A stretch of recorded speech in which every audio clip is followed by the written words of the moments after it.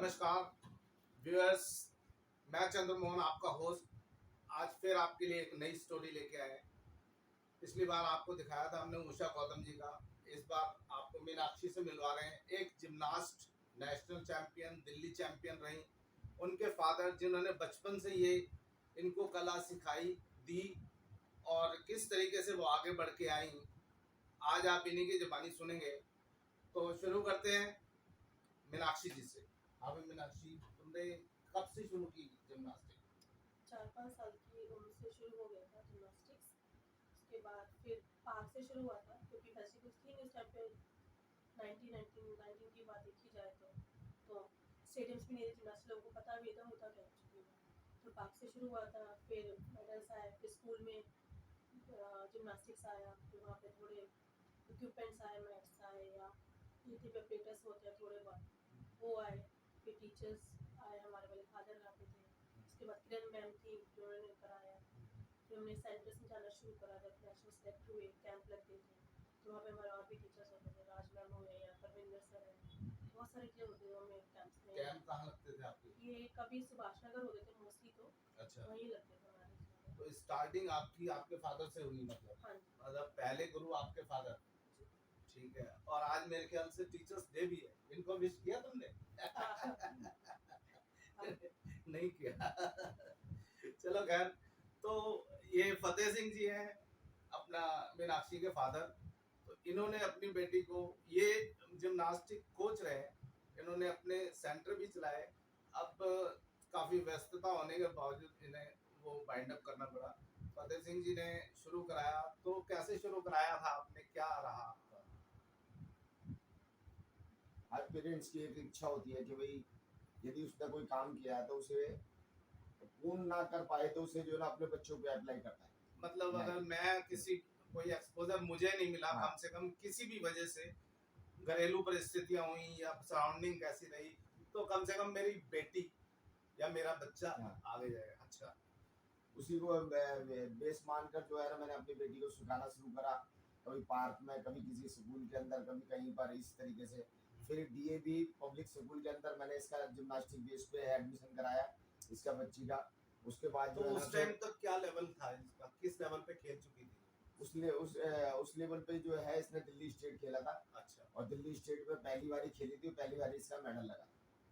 Gold, silver, नहीं, bronze. Bronze bronze. लगा। अच्छा, चलो, ये अच्छा। तब जो है फिर जब उसका उसके बाद उसे एडमिशन कराया तो जो है ना वहाँ पर DAV public school Ashok Vihar में जो है एक मैडम है सुमन चौधरी। हाँ सुमन चौधरी है, उन्होंने बहुत ज्यादा सपोर्ट किया। अगर इस टाइप की जगह जो फिजिकल टीचर होते हैं अगर वो हर स्कूल के अंदर हो तो बच्चे वाकई में आगे जा सकते सुमन चौधरी मैडम वाकई काफी डेडिकेटेड और खुद बहुत अच्छी एथलीट रही हैं, वो मैं जानता हूँ। अच्छा, हाँ। हैं। उसके बाद जो है ना उन्होंने जो है ना इसे 12th तक जो है ना 10th तक जो है वो स्कूल था वहाँ पे कराया। फिर उसके बाद उनके ब्रांच है एक पुलाची अंसराज में, उसके अंदर कराया। फिर वहाँ पे जो है ना इसके साथ जो है ना फिर दूसरे को कोच भी जुड़ते गए। फिर वो जाया, फिर मैंने अपना एक सेंटर खोला, उसके अंदर कराया, अपने बच्चों को भी कराया, वो भी चैंपियन बनाए। दूसरे जो स्कूल जो इधर उधर से बच्चे जय कॉलोनी के जो गरीब बच्चे थे वो आए, उनको मैंने चैंपियन बनाया। सभी के सभी जो है ना, अगर जय कॉलोनी वो पूरी दिल्ली से अगर यदि जिम्नास्टिक के बच्चे 50 बच्चे जा रहे हैं तो कम से कम उसमें से 20 बच्चे हमारे हुआ करते हैं। अच्छा, नेशनल खेलने के लिए। Very good, very good. मतलब ये है कि देखो, फतेह सिंह जी खुद एक अच्छे कोच रहे, खुद उन्होंने जिम्नास्टिक भी की, लेकिन एक्सपोजर ज़्यादा ना मिलने की वजह से, लेकिन इनकी प्रेरणा कम नहीं हुई, इनकी कोशिशें कम नहीं हुई, ये आगे आए और बच्चों को इकट्ठा करके शुरू किया। मतलब 50 बच्चों का अगर सिलेक्शन हो रहा है नेशनल के लिए, 20 बच्चे अगर इनके जा रहे हैं उसके अंदर, तो एक बड़ी बात है। खैर, उसके बाद अब मीनाक्षी की बात है, तो मीनाक्षी किस तरीके से आगे आई और क्या प्रॉब्लम्स आई? हमारा मेन मकसद ये है कि प्रॉब्लम क्या आई, क्या इस, क्या क्या हर्डल्स आए, किस तरीके, आज क्या कसक जो बाकी है वो क्या है और क्यों है? हाँ मीनाक्षी। हर्डल्स तो ऐसा कुछ नहीं लगा, बस मुझे फैसिलिटी ज़्यादा बेटर होती है। मेरे सुभाष नगर है, अभी अभी भी है वो, और फैसिलिटीज और इम्प्रूव हो गई उस टाइम पे और होती तो ज़्यादा बेटर होता। जैसे मैट वगैरह है या प्लेटर्स वगैरह है, कोचेस पूरा अच्छे से कराते थे, इसमें कोई पूरा प्रॉपर इंफ्रास्ट्रक्चर। जैसे जिम्नास्टिक एक बहुत बड़ा गेम है। हाँ। आप एक हॉल वर्ल्ड में उसे नहीं समझ सकते। हाँ आप अगर देखो कॉमनवेल्थ में या ओलंपिक्स में पूरा पोडियम बनता है उनके लिए। अब 12 प्लेटर्स होते हैं, ठीक है, 4 गर्ल्स के और 6 बॉयज़ के। अब वो इतने सारे प्लेटर्स आप एक हॉल में कैसे लगा सकते हम्म, हैं, राइट? अब उसी में आप एडजस्ट करो, उसी में अमनीमन बार भी है, एक लाइन में आपने अर्जुन बार पे लगा दी। अगर प्रॉपर इंफ्रास्ट्रक्चर मिले सबको, जो अभी बच्चे आ रहे हैं, जो सीख रहे हैं, तो वो बहुत बेटर रहेगा आने वाली जनरेशन के लिए। आज भी हम देख रहे हैं जैसे इंदिरा गांधी स्टेडियम के अंदर जिम्नास्टिक की ट्रेनिंग होती है दिल्ली के अंदर, जो मेन गवर्नमेंट सेंट्रल गवर्नमेंट की तरफ से जो है, तो लेकिन वहां पे भी बच्चे, अब कोई बदरपुर से भी आ रहा है तो वहां आ रहा है, नजफगढ़ से आ रहा है तो वहां आ रहा है। तो मतलब कहने का मतलब ये है कि आप ये कहना चाह रही हो कि अगर लोकली दिल्ली को अगर 4 जोन में बांटा जाए या 6 जोन में बांटा जाए या 8 जोन में बांटा जाए और हर जोन के अंदर, जैसे इंदिरा गांधी स्टेडियम बना रखा है जिम्नास्टिक के लिए, उसका जगह दे रखा है, अगर ऐसी जगह हर जगह दे दी जाए, हर जोन में, ऐसे बोल रहे हो वही जोन में, तो आई थिंक बहुत बेटर रहेगा बच्चों के लिए। उनका जो लगता है कि दूर पहुंच जाएगा, पेरेंट्स भी कहते हैं कि सबका काम होता है, राइट? और काम छोड़ के कौन जाएगा, मोस्टली फादर ही लेके जाते हैं। काम छोड़ के जाना। है फिर ना? दूसरी प्रॉब्लम और आती है, स्कूल से बच्चा अगर 2 बजे घर आया, 2 बजे घर आएगा, फिर 2.5 घंटे का ट्रैवल करना होता है। हाँ, तो आधा तो उसकी एनर्जी तो वही खत्म हो गई, वहाँ प्रैक्टिस क्या करेगा? तो इसी तरह से अगर हर जगह पे मिल जाए इस तरह से बच्चों को, जो भी जनरेशन है, तो अभी सिर्फ दीपक कर्माकर हुई या परवीन नायक हुई जो लेकर आए, मे बी आगे और भी हो सकती है। हाँ बिल्कुल, ये बात बिल्कुल सही है। अगर इस तरीके के इंफ्रास्ट्रक्चर दिल्ली में जैसे एक है, अगर 4 भी हों, दिल्ली को 4 जोन में अगर बांटा जाए, 4 भी हों तो काफी फर्क पड़ता है। ओलंपिक्स हो गए या कॉमनवेल्थ हो गए या फिर ये नेशनल्स में भी फर्क पड़ेगा।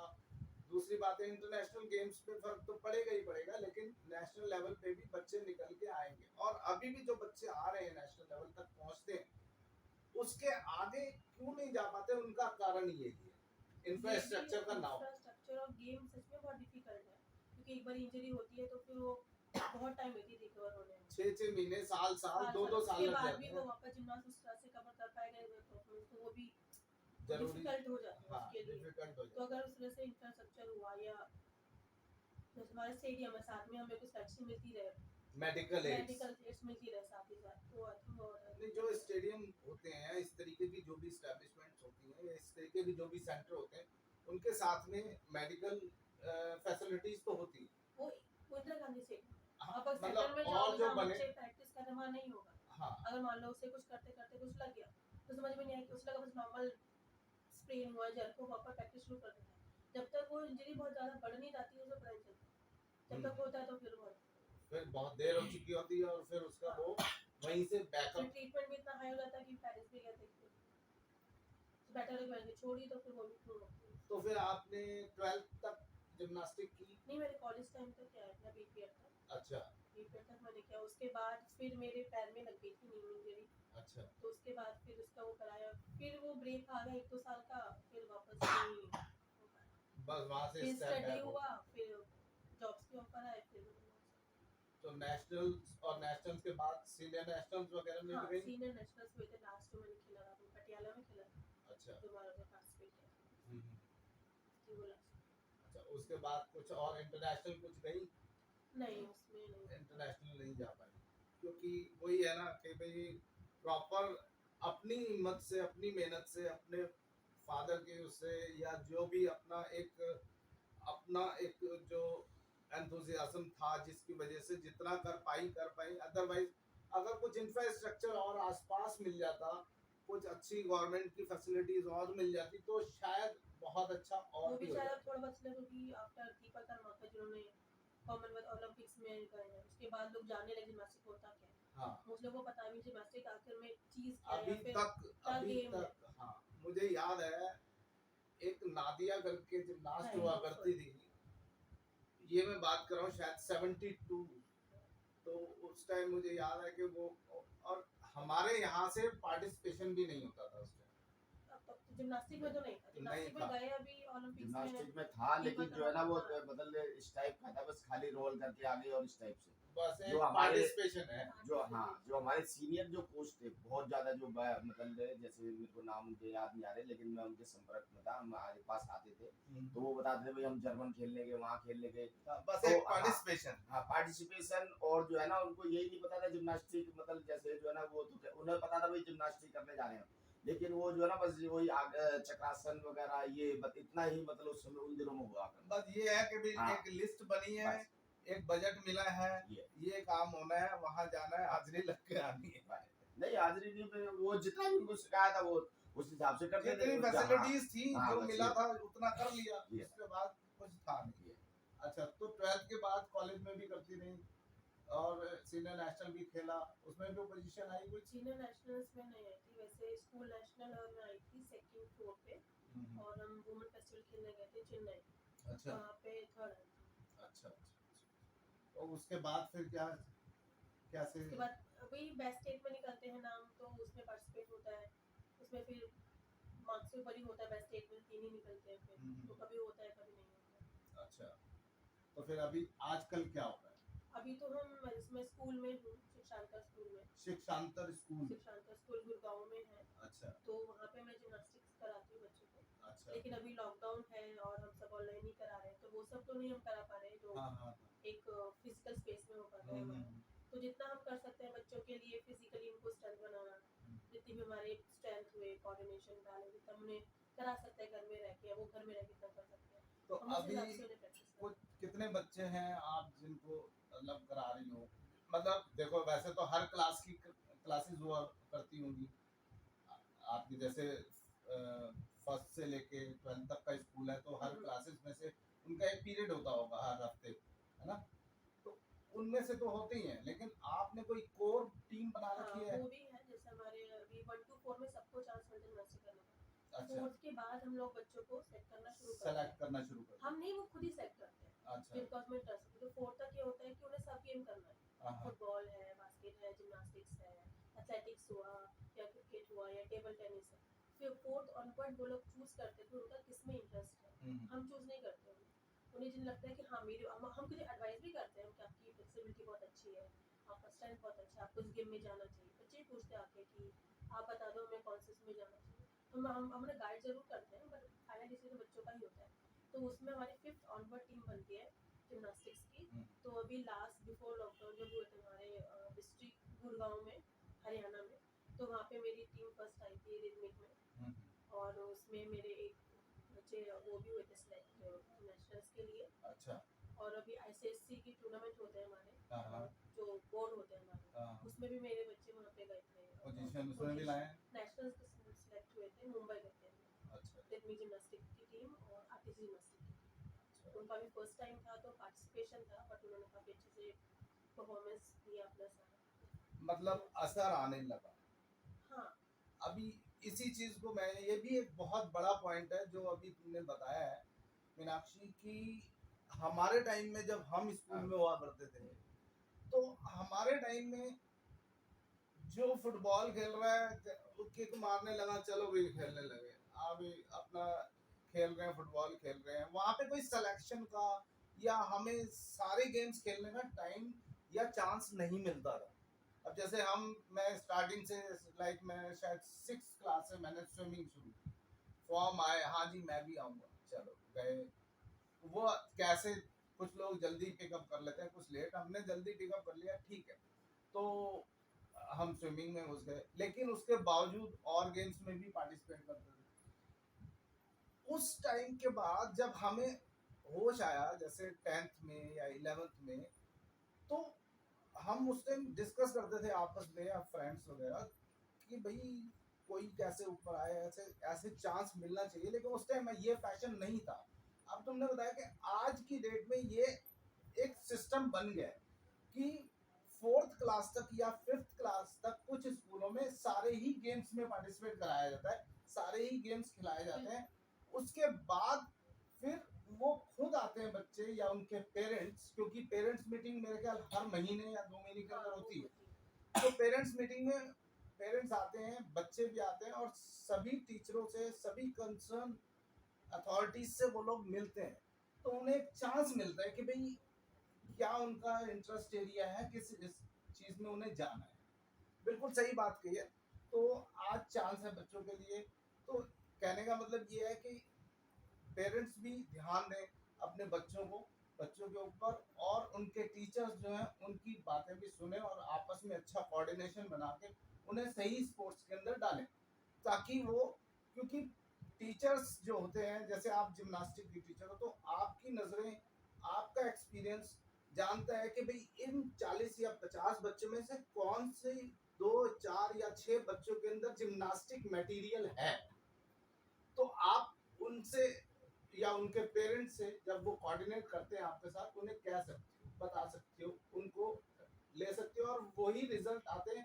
अब आप, मुझे लगता है, कितना टाइम हो गया आपको यहाँ जॉब करते हुए? स्कूल में मुझे 7 साल हो गए हैं। 7 साल हो गए हैं। 7 सालों में आपने टीम भी बना ली, और बच्चे मेडल्स भी ला रहे हैं, नेशनल लेवल तक ला रहे हैं, तो यानी कि ये एक अच्छा पीरियड है, ठीक है। लेकिन अभी जो लॉकडाउन हुआ है उसमें आई थिंक बच्चों का बहुत नुकसान हुआ है। ये तो देखो भाई सभी का हुआ है, सब जिम्नास्टिक तो एक ऐसा, जिम्नास्टिक में कोई भी गेम हो, एक रेगुलर प्रैक्टिस चाहिए रेगुलर होती है। प्रैक्टिस चाहिए। और जिम्नास्टिक तो मेन आता है, इसमें सिर्फ एक इवेंट नहीं है, उसमें एक साथ आपको 4 से 5 इवेंट में पार्टिसिपेट करना होता है। और वो सभी बच्चों के अभी बंद पड़े हैं, अभी वो सिर्फ नॉर्मली स्पोर्ट्स फिटनेस पार्टिसिपेट कर रहे हैं। फिटनेस में प्रैक्टिस कर रहे हैं, फ्लेक्सिबिलिटी या जंप, कोऑर्डिनेशन। हाँ, इसी, हाँ, तो अभी यही कर सकते हैं, इससे ज्यादा कुछ कर भी नहीं क्योंकि घर में सबके भी इक्वल स्पेस नहीं, सकते, इक्वल स्पेस नहीं ये होता। बहुत बड़ा बच्चों के लिए भी, हमारे लिए भी चैलेंज है, क्योंकि इक्वल स्पेस सबके पास नहीं है, और उससे आपको सेफ्टी भी रखनी है। कुछ हाँ। हम करा रहे हैं बाकी बच्चों को, लगे घर में हम क्योंकि विदाउट सुपरविजन किस एक लिमिट तक ही करना है, उसके बाद नहीं, बाहर नहीं जा सकते। क्योंकि फिर इंजरी हो सकती है, और इंजरी बहुत टाइम ले जाती है। कभी 6 महीने तो एक मामूली टाइम है, साल, 1.5 साल, 2 साल भी लग जाते हैं। ज़्यादा इंजरी हो जाए तो नहीं भी रिकवर होती, ये गेम ही ऐसा है। तो यानी कि आज आप समझ रही हो कि अगर आपको, जब हम इंफ्रास्ट्रक्चर की बात कर रहे हैं, तो अगर दिल्ली में जैसे आपके घर के 4 5 7 किलोमीटर के रेडियस में भी अगर कोई इंफ्रास्ट्रक्चर मिल जाता, तो कुछ सीन और होता। मे भी, और फिर एक एकेडमिक प्रेशर भी होता है ये में ना, स्पोर्ट्स पे ज़्यादा ना देके वो एकेडमिक ज़्यादा लेते हैं पेरेंट्स भी, बिल्कुल, देखा जाए तो, बात बिल्कुल ठीक है। है। मतलब कहने का ये है, मीनाक्षी ये कहना चाह रही है कि जो मैंने भी एक्सपीरियंस, क्योंकि मेरे साथ बच्चे लगे रहते हैं, मैंने भी एक्सपीरियंस किया, यानी कि 9th के लेवल तक तो सब गेम खेल लेते हैं। आई थिंक 8 तक बच्चे आ जाते हैं, उसके बाद उनका 9th के बाद focus हो जैसे ही जाता है 10th में आते हैं, स्टडी। तो आपके पास अगर 40 बच्चे आ रहे हैं, तो उसमें से शायद 10 15 ही रह जाते हैं।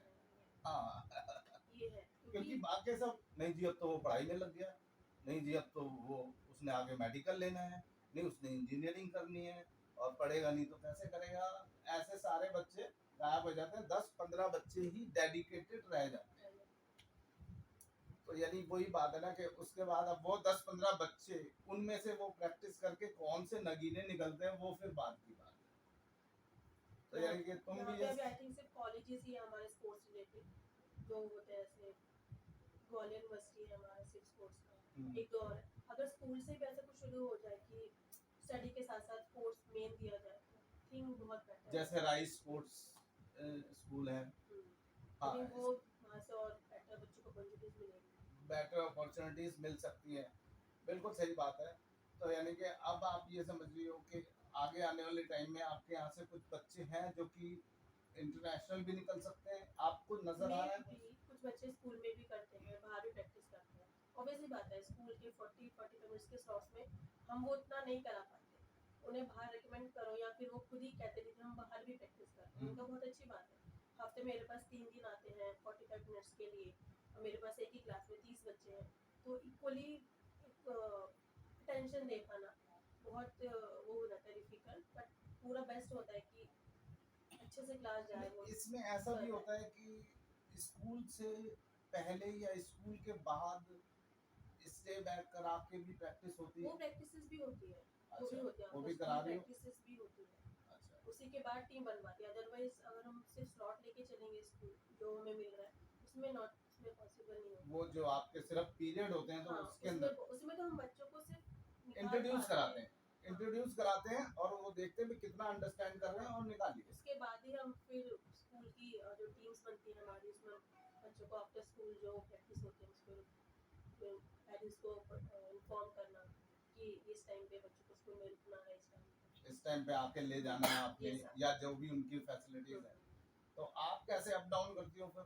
Bye metro. अच्छा, ओके। तो स्कूल तो 1-1:30 बजे नहीं स्कूल हमारा 2-2:30 बजे तक होता है, नहीं सॉरी 3 बजे तक। 3 बजे तक। 3 बजे के बाद 3:30 से फिर क्लासेस होती हैं जो स्पेशलिज्म कहते हैं, स्पोर्ट्स की सारी होती हैं, बास्केटबॉल, फुटबॉल, अच्छा, सारा प्रैक्टिस होता सभी एकेडमीज होती होंगी, है, सभी होती है। वो 5-6 बजे तक चलते हैं। 5 बजे तक, 3:30 से 5 बजे। 3:30 से 5, 1.5 घंटा मतलब स्टे बैक करा के प्रैक्टिस करा। चलो ये बहुत अच्छी बात है भाई, मीनाक्षी ने इतना करने के बाद फिर अपनी जॉब, अब जॉब के अंदर अब इनका फोकस वही है, मतलब कहाँ से शुरू हुई थी 3-4-5 साल की उम्र से, और आज फिर वही फोकस है कि भाई उनमें से बच्चों को निकालना, अपने आप को डुप्लीकेट करना या उनसे भी अच्छे बच्चे निकलें, कोशिश जारी है।